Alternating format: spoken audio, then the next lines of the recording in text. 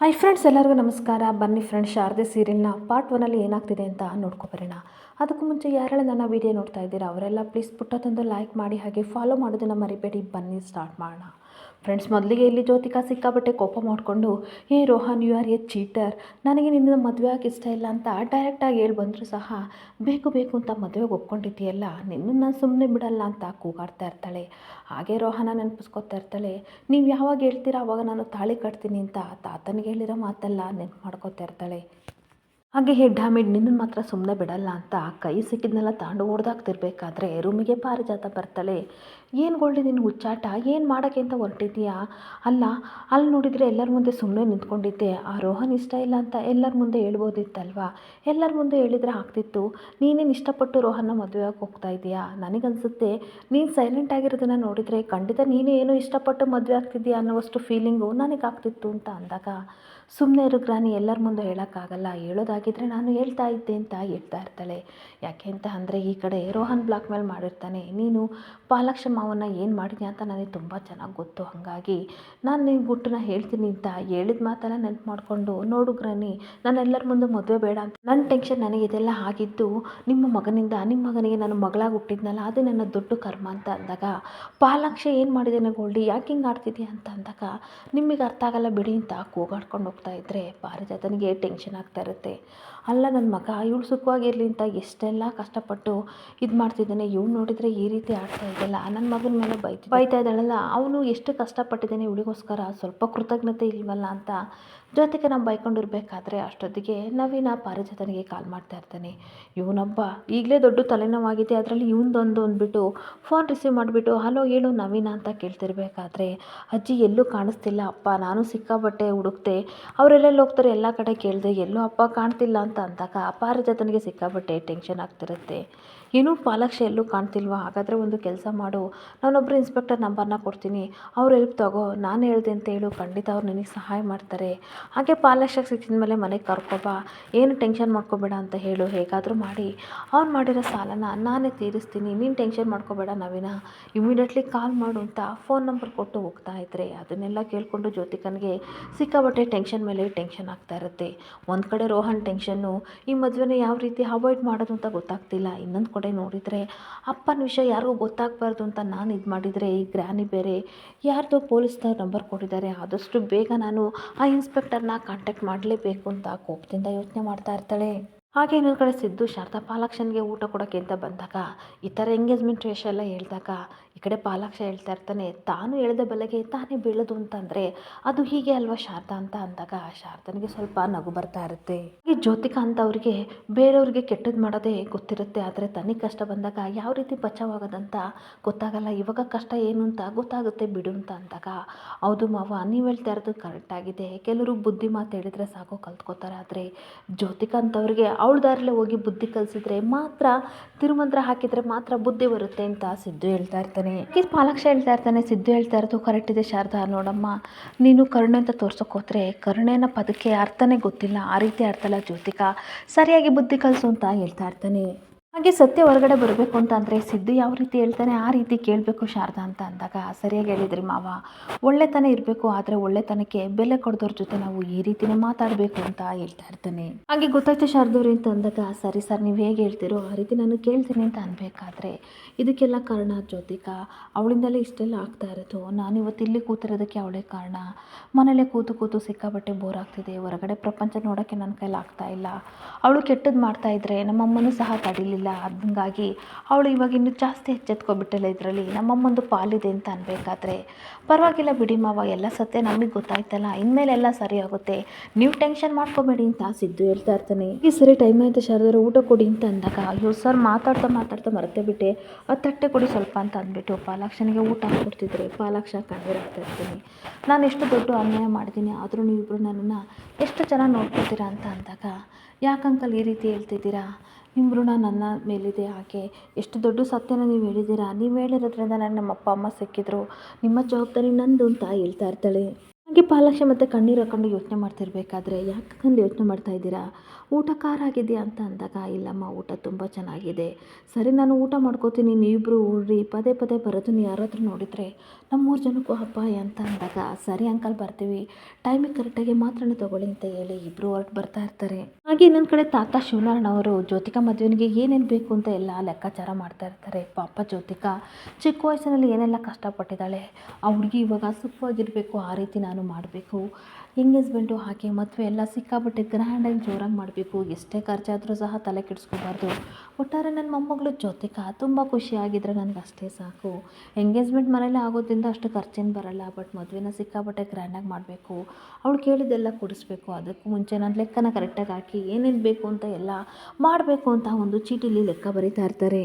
ಹಾಗೆ ಅಷ್ಟೊತ್ತಿಗೆ ತಾತಂದ್ರ ಮನೆಗೆ ಪಾರಿಜಾತ ಬರ್ತಾಳೆ. ಪಾರಿಜಾತ ಈ ಕಡೆ ತಾತನ ನೋಡಿ, ಇದೇನಿದು ಇವರು ಇಷ್ಟೊಂದು ಥರ ಸೈಲೆಂಟ್ ಆಗಿದ್ದಾರಲ್ಲ, ಗುಡುಗು ಸಿಡಿಲು ಏನೂ ಇಲ್ವಲ್ಲ, ಈ ರೀತಿ ಕೂತಿದ್ದಾರಲ್ಲ, ಹಾಗಾದರೆ ನನ್ನ ಕೆಲಸನ ನಾನು ಆದಷ್ಟು ಬೇಗ ಈಸಿಯಾಗಿ ಮಾಡ್ಕೋಬೋದು ಅಂತ ಪ್ಲ್ಯಾನ್ ಮಾಡ್ತಾಯಿದ್ರೆ, ತಾತ ಇನ್ನೊಂದು ಕಡೆ ಎಂಗೇಜ್ಮೆಂಟಿಗೆ ಎಷ್ಟು ಖರ್ಚಾಗುತ್ತೆ, ಹಾಗೆ ಒಡವೆ ಬಟ್ಟೆ ಹಾಗೆ ಡೆಕೋರೇಷನ್ಗೆಲ್ಲ ಎಷ್ಟು ದುಡ್ಡು ಬೇಕು ಅಂತ ಲೆಕ್ಕ ಬರಿತಾ ಇರ್ತಾರೆ. ಹಾಗೆ ತಾತನ ಹತ್ರ ಬಂದುಬಿಟ್ಟು, ರೀ ಏನು ಮಾಡ್ತಿದ್ದೀರಾ ಅಂತ ಅಂದಾಗ, ಕೊಂಟೆ ಬೆಲ್ಲ ಆಡ್ತಾ ಇದ್ದೀನಿ, ಬರ್ತೀಯ ನೀನು ಸೇರ್ಕೋತೀಯ ಅಂತ ಅಂದಾಗ, ಯಾಕ್ರಿ ಅಂತ ಹೇಳ್ತಾ ಇರ್ತಾಳೆ. ಇನ್ನೇನು ಈ ದರಿದ್ರ ಮುಖನ ತೋರಿಸ್ಬೇಡ ಅಂತ ಅಂದರು, ಪದೇ ಪದೇ ಬರ್ತೀಯ, ನಾನೇನೋ ಲೆಕ್ಕಾಚಾರ ಮಾಡ್ತಾಯಿದ್ರೆ ಬಂದು ಕೆಣಕ್ತೀಯ, ಎಲ್ಲ ಕೆಲಸನ ಹಾಳು ಮಾಡ್ತೀಯ, ಮೂಡ್ ಔಟ್ ಮಾಡ್ತೀಯ ಅಂತ ತಾತ ಬಾಯಿ ಬಂದಾಗೆ ಪಾರಿಜಾತನ ಬೈತಾ ಇರ್ತಾರೆ. ಹಾಗೆ ಪಾರಿಜಾತ ಸೆಟ್ ಮಾಡ್ಕೊಂಡು ಒಬ್ಬೊಬ್ಬಳೇ ಮಾತಾಡ್ತಾ ಇರ್ತಾರೆ. ಆ ದೇವರು ಈ ಮನುಷ್ಯನ ಏನಕ್ಕಾದರೂ ಹುಡ್ಸಿದ್ರು ನನಗಂತೂ ಗೊತ್ತಿಲ್ಲ, ಯಾವಾಗಲೂ ಗುರ್ರ ಅಂತ ಇರ್ತಾರೆ, ಮೂಡ್ ಚೆನ್ನಾಗಿದೆ ಮಾತಾಡಬೇಕು ಅಂತ ನಾನು ಬಂದಲ್ಲ, ನನ್ನ ಕರ್ಮ ಅಂತ ಬೈಕೋತಾ ಇರ್ತಾಳೆ. ಹೀಗೆ ಪಾರಿಜಾತ ಯೋಚನೆ ಮಾಡ್ತಿರ್ಬೇಕಾದ್ರೆ ತಾತ ಕೋಪ ಮಾಡಿಕೊಂಡು, ಏನು ಮಾಡ್ತಿದ್ದೀಯ ಹೋಗು ಅಂತ ಹೇಳಿದ್ನಲ್ವಾ, ನಾನು ಕಣ್ಮುಂದೆ ನಿಂತ್ಕೊಬೇಡ ಅಂತ ಅಂದಾಗ ಕೋಪ ಮಾಡ್ಕೊಂಡು ಹೋಗ್ತಾ ಇರ್ತಾಳೆ. ಮತ್ತೆ ವಾಪಸ್ ಬಂದುಬಿಟ್ಟು ರೀ ಅಂತ ಅನ್ಬೇಕಾದ್ರೆ, ಏನದು ಅಂತ ತಾತ ಅದ್ಲಿಸ್ತಿದ್ರೆ, ರೀ ನಂಗೊಂದು 5 ಲಕ್ಷ ದುಡ್ಡು ಬೇಕು ಅಂತಾಳೆ. ಇನ್ನೂ 5 ಲಕ್ಷನ ಅಂತ ಅನ್ಬೇಕಾದ್ರೆ, ಹೌದು ರೀ, ಗೋಲ್ಡ್ ನನ್ನ ಮುದ್ದಿನ ಮಗಳಲ್ವಾ, ಅವಳ ಎಂಗೇಜ್ಮೆಂಟಿಗೆ ನಾನು ಸ್ವಲ್ಪ ಬಟ್ಟೆ ಹಾಗೆ ಒಡವೆ ಎಲ್ಲ ಹಳೇದಾಗಿದೆ, ಎಲ್ಲ ಶಾಪಿಂಗ್ ಮಾಡಬೇಕು, ಅದಕ್ಕೆ ಬೇಕು ಅಂತ ಅಂದಾಗ, ಅಲ್ಲ ಪಾರಿಜಾತ, ಈ ವಯಸ್ಸಿನಲ್ಲಿ ನಿನಗೆ ಶೋಕಿ ಯಾಕೆ, ಇರೋದನ್ನ ಹಾಕೊಳಕ್ಕಾಗಲ್ವಾ, ಎಂಗೇಜ್ಮೆಂಟ್ ಆಗ್ತಾ ಇರೋದು ಜ್ಯೋತಿಕನಿಗೆ, ನಿನಗಲ್ಲ, ನಿನಗೆ ಯಾಕೆ ಶೋಕಿ ಅಂತ ಬೈತಾ ಇರ್ತಾರೆ. ಹಾಗೆ ಮತ್ತು ಇವಾಗಲೂ ಸಿಕ್ಕಾಪಟ್ಟೆ ಒಡವೆ ಇದೆ, ಅದನ್ನೆಲ್ಲ ಏನು ಮಾಡ್ತೀಯ ಪಾರಿಜಾತ, ಬಿಸಾಕ್ಬಿಡ್ತೀಯ ಅಂತ ಅಂದಾಗ, ಆಗಲ್ಲ, ಎಲ್ಲ ಹಳೇದಾಗಿದೆ ಅಂತ ಅನ್ಬೇಕಾದ್ರೆ, ಮುಚ್ಚುಬಾಯ, ನನ್ನ ಟೆನ್ಷನಲ್ಲಿ ನಾನಿದ್ದೀನಿ, ಒಡವೆ ಅಂತೆ ನಿನಗೇನು ಕೊಡ್ಸಲ್ಲ, ಇಲ್ಲಿಂದ ತೊಲಗೋ, ಇನ್ನೊಂದೇ ಒಂದು ಮಾತಾಡಿದರೆ ನಾನು ಮಾತಾಡಲ್ಲ, ನನ್ನ ಬಂದೂಕ ಮಾತಾಡುತ್ತೆ ಅಂತ ಅಂದಾಗ, ಇವಳಿಗೆ ಸಿಕ್ಕಾಪಟ್ಟೆ ಭಯ ಆಗ್ತಾ ಇರುತ್ತೆ. ಹಾಗೆ ಹೊರಗಡೆ ಬಂದು ಬೈತಾ ಇರ್ತಾಳೆ, ಈ ಮನುಷ್ಯನ ಕೂಟಿ ಅವಳು ಮಾತಾಡ್ತಾಳೆ, ಸ್ವಲ್ಪ ದುಡ್ಡು ಕೊಟ್ಟಿದ್ರೇನು ರಪ್ಪನ ಗಂಟು ಹೋಗ್ತಾ ಇತ್ತಾ, ಈ ಮನುಷ್ಯನೇ ಸರಿ ಇಲ್ಲ ಅಂತ ಬೈಕೊಂಡು ಬರ್ತಿರ್ಬೇಕಾದ್ರೆ, ತಾತ ಏನು ಪಿಸು ಅಂತ ಮಾತಾಡ್ತಿದ್ದೀಯಾ ಅಂತ ಜೋರಾಗಿ ಗದಲಿಸ್ಬೇಕಾದ್ರೆ, ಏನಿಲ್ಲ ಸುಮ್ಮನೆ ಹಿಂಗೆ ಮಾತಾಡ್ತಿದ್ದೀನಿ ಅಂತ ಬರ್ತಾ ಇರ್ತಾಳೆ. ಈ ಮನೇಲಿ ಬಿಡಿಗಾಸು ಬೆಲೆ ಇಲ್ಲ, ನನಗೆ ಅಂತ ನಂದು ಅಂತ ಏನೂ ಇಲ್ಲ ಅಂತ ಬೈಕೊಂಡು ಹೊರಗಡೆ ಬರ್ತಾ ಇರ್ತಾಳೆ. ಮತ್ತೆ ಹೊರಗಡೆ ಬಂದು ತಾತನ ಬೈತಾ ಇರ್ತಾಳೆ, ಏನಾಗಿದೆ, ಯಾವಾಗಲೂ ಗುರುಗುರ ಅಂತ ಅಂತಾನೆ, ಈ ಮನೇಲಿ ನನ್ನನ್ನು ಹೇಳೋರು ಕೇಳೋರು ಯಾರೂ ಇಲ್ಲ, ಆ ಗೋಲ್ಡೇನು ಅಷ್ಟೇ, ಸಿಟ್ಟು ಬಂದಾಗ ಬರೋ ಸಿಟ್ಟು ನನ್ನ ಮೇಲೆ ತೀರಿಸ್ತಾಳೆ, ನಾನೇನಪ್ಪ ಮಾಡಲಿ ಅಂತ ಹೋಗ್ತಿರ್ಬೇಕಾದ್ರೆ, ಅಷ್ಟೊತ್ತಿಗೆ ಶಾರದಾ ಬಂದು ಅವಳಿಗೆ ಡ್ಯಾಶ್ ಹೊಡೆದ್ಬಿಡ್ತಾಳೆ. ಹಾಗೆ ಪಾರಿಜಾತನ ನೋಡಿಬಿಟ್ಟು, ಅಯ್ಯೋ ಅಜ್ಜಿ, ಯಾಕೆ ಈ ಥರ ಡಲ್ಲಾಗಿದ್ದೀರಾ, ನಿಮ್ಮ ಮುಖ ನೋಡಿ ನಿಂಬೆಹಣ್ಣು ತಿನ್ನೋರಂಗಾಗಿದೆ, ನಿಮ್ಮನ್ನು ನೋಡೋಕ್ಕಾಗ್ತಿಲ್ಲ, ಯಾಕೆ ಈ ಥರ ಡಲ್ಲಾಗಿದ್ದೀರಾ ಅಂತ ಡ್ರಾಮಾ ಮಾಡ್ತಾ ಇರ್ತಾಳೆ. ಹಾಗೆ ಪಾರಿಜಾತ, ನೋಡಮ್ಮ ಶಾರದಾ, ನಿಮ್ಮ ತಾತ ಇದ್ದಾರಲ್ಲ ಎಷ್ಟು ಕೋಪ ಮಾಡ್ಕೋತಿದ್ದಾರೆ ಗೊತ್ತಾ, ಅದರಲ್ಲೂ ನನ್ನ ಮಗಳು ಎಂಗೇಜ್ಮೆಂಟ್ ನಡೀತಾ ಇದೆ, ಸ್ವಲ್ಪ ಒಡವೆ ತಗೋಬೇಕು, ಒಂದು 5 ಲಕ್ಷ ದುಡ್ಡು ಕೊಡಿ ಅಂತಂದರೆ ಕೊಡಲೇಬಾರ್ದು, ಆ ಸಿಕ್ಕಾಪಟ್ಟೆ ಕೂಗಾಡಿದ್ರು, ಅಷ್ಟಕ್ಕೂ ನಾನೇನು ಕೋಟಿ ಕೇಳಿದ್ದು ಜಸ್ಟ್ 5 ಲ್ಯಾಕ್ ಅಲ್ವಾ ಅಂತ ಅಂದಾಗ, ಶಾರದಾ ಅಷ್ಟಕ್ಕೆ ಇವ್ರು 5 ಲ್ಯಾಕ್ ಏನು ಕೇಳ್ತಾ ಇದ್ದಾರೆ, ಹಾಗಾದರೆ ಏನೋ ದೊಡ್ಡ ಗೋಲ್ಮಾಲ್ ಮಾಡ್ತಿದ್ದಾರೆ ಅಂತ ಯೋಚನೆ ಮಾಡ್ತಾ ಇರ್ತಾಳೆ. ಹಾಗೆ ಮತ್ತೆ ಇನ್ನೊಂದು ಕಡೆ ಶಾರದಾ ಹೇಳ್ತಾ ಇರ್ತಾಳೆ, ಅಲ್ಲ ಅಜ್ಜಿ, ಮನೆಗೆ ದೊಡ್ಡವ್ರು ನೀವು, ನಿಮಗೆ 5 ಲಕ್ಷ ಕೊಡಲ್ಲ ಅಂತ ಅಂದ್ರೆ, ಹಾಗಾದರೆ ಜುಜುಬೆ 5 ಲಕ್ಷಕ್ಕೂ ಸಹ ಈ ಮನೇಲಿ ಬೆಲೆ ಇಲ್ವಾ, ನೀವು ಈ ರೀತಿ ಸೈಲೆಂಟ್ ಆಗಿದ್ದರೆ ಯಾರು ಕೊಡಲ್ಲ ಅಜ್ಜಿ, ನೀವು ತುಂಬ ಸ್ಟ್ರಾಂಗ್ ಆಗಬೇಕು, ನನ್ನ ಮಾತು ಕೇಳಿ ಅಂತ ಏನೇನೋ ಚುಚ್ಕೊಡ್ತಾ ಇರ್ತಾಳೆ. ಹಾಗೆ ನೋಡಿ ಅಜ್ಜಿ, ಹೆಣ್ಮಕ್ಳು ಅಂತಂದರೆ ತುಂಬ ಸ್ಟ್ರಾಂಗ್ ಆಗಿರಬೇಕು, ಎಲ್ಲರ ಮನೇಲೂ ಸಹ ಹೆಣ್ಮಕ್ಳು ಸ್ಟ್ರಾಂಗು, ಆದರೆ ನಮ್ಮ ಮನೇಲಿ ತಾತ ಸ್ಟ್ರಾಂಗು, ಈ ರೀತಿ ಇದ್ದರೆ ನೀವು ಬೇಕಾಗಿದ್ದೀರೆಲ್ಲ ತೊಗೊಳಕ್ಕಾಗಲ್ಲ, ಅರ್ಥ ಮಾಡ್ಕೊಳ್ಳಿ ಅಂತ ಹೇಳ್ತಾ ಇದ್ದರೆ, ಪಾರಿಜಾತನಿಗೆ ಸಿಕ್ಕಾಪಟ್ಟೆ ಖುಷಿ ಆಗ್ತಾ ಇರುತ್ತೆ. ಹಾಗೆ ಮತ್ತೆ ಡ್ರಾಮಾ ಮಾಡಿ ಹೇಳ್ತಾ ಇರ್ತಾಳೆ, ನಿಮ್ಮನ್ನು ನೋಡಿದರೆ ಅಜ್ಜಿ ನನಗೆ ಪಾಪ ಅಂತ ಅನಿಸುತ್ತೆ, ಮೊದಲಿಂದಲೂ ನಿಮಗೆ ವ್ಯವಹಾರ ಜ್ಞಾನ ಕಡಿಮೆ ಅಂತ ಅನಿಸುತ್ತೆ ಅಲ್ವಾ ಅಂತ ಕೇಳ್ತಾ ಇರ್ತಾಳೆ. ಹಾಗೆ ಅಜ್ಜಿ, ನಿಮಗೆ ವ್ಯವಹಾರ ಜ್ಞಾನ ಕಡಿಮೆ ಅಲ್ವ, ಅದಕ್ಕೆ ತಾತ ವ್ಯವಹಾರ ಮಾಡೋಕ್ಕೆ ಕೊಟ್ಟಿಲ್ಲ, ಆದರೆ ನಾನು ಹಂಗಲ್ಲಪ್ಪ, ನಮ್ಮ ಮನೇಲಿ ವ್ಯವಹಾರ ಜ್ಞಾನ ನನಗೆ ತುಂಬ ಇದೆ, ಹಂಗಾಗಿ ಎಲ್ಲ ಜವಾಬ್ದಾರಿನೂ ನನಗೆ ಕೊಟ್ಟಿದ್ದಾರೆ ಅಂತ ಹೇಳ್ತಾ ಇದ್ದರೆ, ಇವಳಿಗಂತೂ ಸಿಕ್ಕಾಪಟ್ಟೆ ಶಾಕ್ ಆಗ್ತಾ ಇರುತ್ತೆ. ಹಾಗೆ ಇನ್ನೊಂದು ಕಡೆ ಆಶ್ಚರ್ಯದಿಂದ ಪಾರಿಜಾತ, ಏನು ನಿಮ್ಮ ಮನೇಲಿ ನೀನು ಹೇಳಿದ ಮಾತನ್ನೇ ಕೇಳ್ತಾರ ಅಂತ ಅಂದಾಗ, ಹೌದು, ನಮ್ಮ ಅತ್ತೆ ನಾದಿನಿ ಎಲ್ಲ ನನ್ನ ಮಾತೇ ಕೇಳೋದು, ಅದರಲ್ಲೂ ನನ್ನ ಗಂಡ ಅಂತೂ ನಾನು ಹಾಕಿದ ಗೆರೆನ ಆಟದಲ್ಲಿ ಇಲ್ಲ ಅಂತ ಹೇಳ್ತಾ ಇದ್ದರೆ, ಇವಳಿಗಂತೂ ಸಿಕ್ಕಾಪಟ್ಟೆ ಹೊಟ್ಟೆ ಉರಿತಾ ಇರುತ್ತೆ. ಎಷ್ಟೊತ್ತಿಗೆ ಸಿದ್ದು ಹೋಗ್ತಾ ಇರ್ತಾನೆ, ರೀ ಒಂದು ನಿಮಿಷ ಬನ್ನಿ ಅಂತ ಸಿದ್ದುನ ಕರಿತಾ ಇರ್ತಾಳೆ. ಹಾಗೆ ನೋಡ್ತಾ ರೀ ಅಜ್ಜಿ, ಇವಾಗ ನಾನು ಹೇಳ್ದಂಗೆ ನಡೆಯುತ್ತೆ ನೋಡಿ ಅಂತ ಅಂದ್ಬಿಟ್ಟು, ನೋಡಿ ಸಿದ್ಧಾರ್ಥ ಅವರೇ, ನಿಮಗೇನಾದರೂ ಬೇಕು ಅಂದರೆ ಯಾರನ್ನು ಕೇಳ್ತೀರಾ ಅಂತ ಶಾರದಾ ಕೇಳ್ತಾ ಇರ್ತಾಳೆ. ಹಾಗೆ ಸಿದ್ದು, ಇದೊಳ್ಳೆ ಸರಿ ಆಯಿತು, ನನಗೇನಾದ್ರು ಬೇಕು ಅಂತಂದರೆ ನಾನು ನಿಮ್ಮನ್ನೆಲ್ವೋ ಕೇಳೋದು ಅಂತ ಅಂದಾಗ ಪಾರಿಜಾತನಿಗೆ ಶಾಕ್ ಆಗ್ತಿರುತ್ತೆ. ಹಾಗೆ ನಾನೇನಾದರೂ ಪರ್ಚೇಸ್ ಮಾಡಬೇಕು ಅಂತಂದರೆ ಏನು ಮಾಡ್ತೀರಾ ಅಂತ ಅಂದಾಗ, ಅದೇನು ಕೇಳ್ತೀರಾ, ಎಲ್ಲ ನಿಮ್ಮ ಕೈಲೇ ಇದೆ ಅಲ್ವಾ, ನೀವೇ ತಗೊಳ್ಳಿ ಅಂತ ಅಂದಾಗ ಶಾರದಾ ನುಲ್ದಾಡ್ತಾ ಇರ್ತಾಳೆ.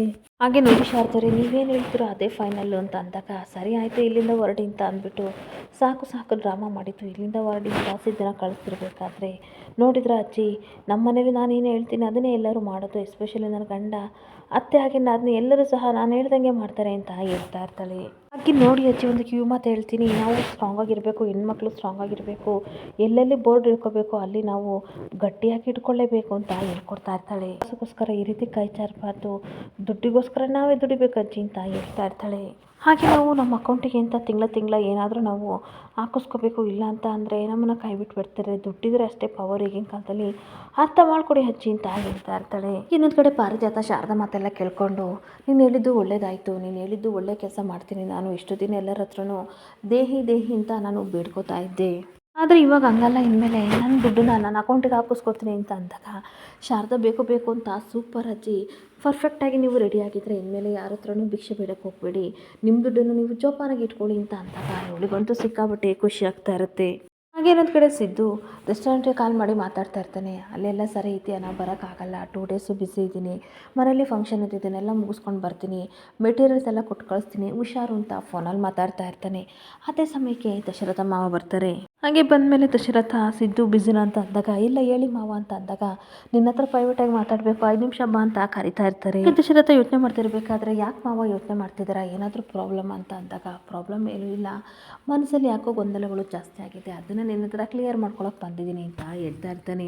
ಹಾಗೆ ಏನಾದರೂ ತೊಂದರೆ ಆದರೆ ತಡ್ಕೊಳ್ಳೋ ಶಕ್ತಿ ನನಗಿಲ್ಲ ಅಂತ ಅಂದಾಗ, ಯಾಕೆ ಮಾವ ಏನು ಯೋಚನೆ ಮಾಡ್ತಿದ್ದೀರಲ್ಲ, ನಿಮ್ಮ ಮನಸ್ಸಲ್ಲಿ ಏನೇ ಗೊಂದಲ ಇದ್ದರೂ ದಯವಿಟ್ಟು ನನ್ನ ಹತ್ರ ಶೇರ್ ಮಾಡ್ಕೊಳ್ಳಿ, ನಾನು ಸಮಾಧಾನ ಮಾತನ್ನ ಆಡ್ತೀನಿ ಅಂತ ಸಿದ್ದು ಹೇಳ್ತಾ ಇರ್ತೀನಿ. ಹಾಗೆ ಸಿದ್ದು, ನಿಮ್ಗೆ ಏನು ಹೇಳ್ಬೇಕಂದ್ರೂ ನಾನು ಮಾಡ್ತೀನಿ, ದಯವಿಟ್ಟು ಏನಂತ ಗೊಂದಲ ಹೇಳಿ ಅಂತ ಅಂದಾಗ, ಹೌದು ಸಿದ್ದು, ಮನಸ್ಸಲ್ಲಿ ಕೆಲವು ಗೊಂದಲಗಳಿದ್ದಾವೆ, ಮುಖಾಮುಖಿ ಕೂತ್ಕೊಂಡು ಒಬ್ರಿಗೊಬ್ರು ಮಾತಾಡಿದರೆ ಅರ್ಥ ಆಗೋದು, ನನಗೊಂದು ಸತ್ಯ ಹೇಳು ಸಿದ್ದು, ಏನು ಗೊತ್ತಾ ಸಿದ್ದು, ಅವಾಗೆಲ್ಲ ರೋಹನ್ನು ಕೆಟ್ಟವನು, ಕ್ಯಾರೆಕ್ಟರ್ ಸರಿಯಿಲ್ಲ ಅಂತ ಜ್ಯೋತಿಕನ ಹತ್ರ ಬಂದು ನೀನು ಹೇಳಿದ್ರಿ, ನೀನು ಮತ್ತು ಶಾರದಾ ಹೇಳಿದ್ವಿ, ಆದರೆ ನನಗೆ ಒಂದು ಅರ್ಥ ಆಗ್ತಾ ಇಲ್ಲ.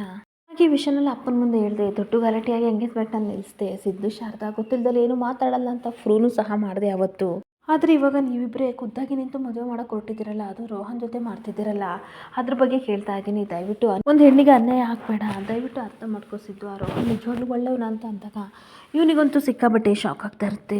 ಸಿದ್ದು ಇನ್ನೊಂದು ಕಡೆ ಹೇಳ್ತಾ ಇರ್ತಾನೆ, ನೋಡಿ ಮಾವ, ನೀವು ತುಂಬಾ ಒಳ್ಳೆಯವರು, ಬೇರೆಯವ್ರಿಗೆ ಕೆಟ್ಟದಾಗಕ್ಕೆ ಯಾವತ್ತೂ ಬಿಡಲ್ಲ, ಬೇರೆಯವ್ರು ಕೆಟ್ಟದಾಗಕ್ಕೆ ಹೋದರೆ ತನ್ನ ಕಷ್ಟ ಅಂತ ಹೋಗ್ತೀರಾ, ಆಗಬೇಕು ಅಂತ ಏನೇನೋ ಮಾಡ್ತಾ ಇದ್ದೀರಾ, ಆದರೆ ಸತ್ಯದ ವಿಷಯನ ಹೇಳೋಕ್ಕಾಗಲ್ಲ, ಪರಿಸ್ಥಿತಿಗಳು ಮನುಷ್ಯನ ಕೆಟ್ಟವಾಗಿ ಮಾಡಿದ್ದಾವೆ, ಆದರೆ ಇವಾಗ ನಾನು ಯಾವುದನ್ನು ಹೇಳೋ ಸಂದರ್ಭ ಸಮಯ ಬಂದಿಲ್ಲ, ಅರ್ಥ ಮಾಡ್ಕೊಳ್ಳಿ, ಒಂದಲ್ಲ ಒಂದು ದಿನ ಗೊತ್ತಾಗುತ್ತೆ ಅಂತ ಅಂದಾಗ, ಅದೆಲ್ಲ ಸರಿ, ನೀನು ಮನೆ ಕೆಟ್ಟದಾಗಕ್ಕೆ ಬಿಡಲ್ಲ, ಆದರೆ ರೋಹನ್ ಜೊತೆಗ ಖುಷಿಯಾಗಿರ್ತಲ್ಲ ಅಂತ ಅಂದಾಗ ಸಿದ್ದು ಶಾಕಾಗಿ ನಿಂತ್ಕೊಬಿಡ್ತಾನೆ. ಇಲ್ಲಿಗೆ ಸಂಚಿಕೆ ಎಂಡ್ ಆಗ್ತಿದೆ. Thank you for the watching friends.